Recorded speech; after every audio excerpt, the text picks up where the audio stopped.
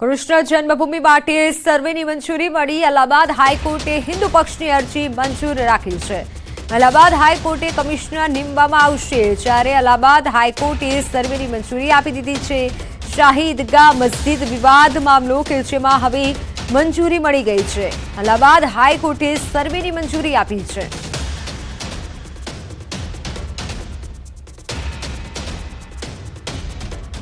તો અમદાવાદમાં ફ્લાવર શોને લઈને એક મહત્વના સમાચાર સામે આવી રહ્યા છે। લાખો પ્રકૃતિ પ્રેમીઓના ઇંતજારનો હવે અંત આવ્યો છે।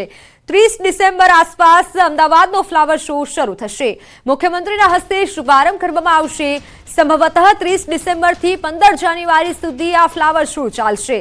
17 દિવસ સુધી ફ્લાવર શો ચાલશે। એમસીના અત્યાર સુધી યોજાયેલા ફ્લાવર શોમાં આગામી ફ્લાવર શો સૌથી વધુ દિવસોનો રહેશે, જ્યારે કે 17 દિવસ દરમિયાન 10 લાખથી વધુ લોકો ફ્લાવર શોની મુલાકાત લેશે તેવી સંભાવના છે।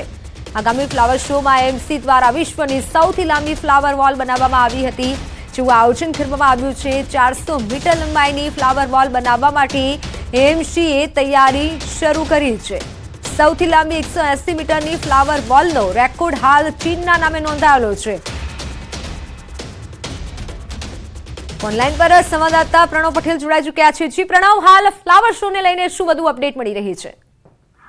ચોક્કસ માની શકાય કે મહાનગરપાલિકાનું ગાર્ડન વિભાગ ફ્લાવર શો લઈને છેલ્લા 6 મહિનાથી તૈયારીઓ શરૂ કરી દીધી છે, પરંતુ આ વખતે વિશેષ ફ્લાવર શોની મહત્વતા એ રહેશે કે 400 મીટર લાંબી ફ્લાવર વોલ બનાવવા છે। કદાચ વિશ્વની સૌથી મોટી વોલ હશે અને કદાચ એક નવો વિશ્વ રેકોર્ડ છે એ મહાનગરપાલિકા અહીં નોંધવા જશે। બીજી તરફ આ ફ્લાવર શો જે યોજાશે તેની અંદર 17 દિવસનો ફ્લાવર શો રહેશે અને સાથે જ જે રીતે વાયબ્રન્ટ સમિટ ગુજરાતમાં ફરી યોજાવા જઈ રહી છે તેના જે મહાનુભાવો આવવાના છે એ મહાનુભાવો પણ ફ્લાવર શોની મુલાકાત લઈ શકે તે પ્રકારની વ્યવસ્થા કરાઈ છે।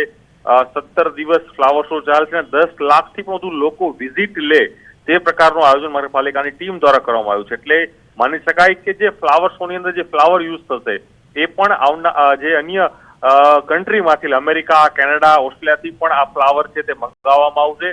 એટલે એક નવી રોનક છે મહાનગરપાલિકા અમદાવાદ શહેરમાં જોવા મળશે અને સાથે જ ફૂલોની મહેક સાથે અમદાવાદ શહેરની ખૂબસૂરતીમાં ચાંદ લાગશે।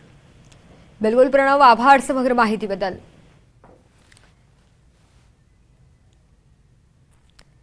ગુજરાતની પ્રથમ ઓડિયોલોજી અને સ્પીચ લેંગ્વેજ પેથોલોજી કોલેજનું આરોગ્ય મંત્રી ઋષિકેશ પટેલના હસ્તે લોકાર્પણ થયું। અમદાવાદ સિવિલ મેડિસિટીની સરકારી સ્પાઇન ઇન્સ્ટિટ્યૂટ ખાતે કોલેજનું નિર્માણ કરાયું છે। આ પ્રસંગે વિવિધ હોસ્પિટલના ડાયરેક્ટર, સુપ્રિન્ટેન્ડન્ટ, મેડિકલ કોલેજના ડીન પણ ઉપસ્થિત રહ્યા।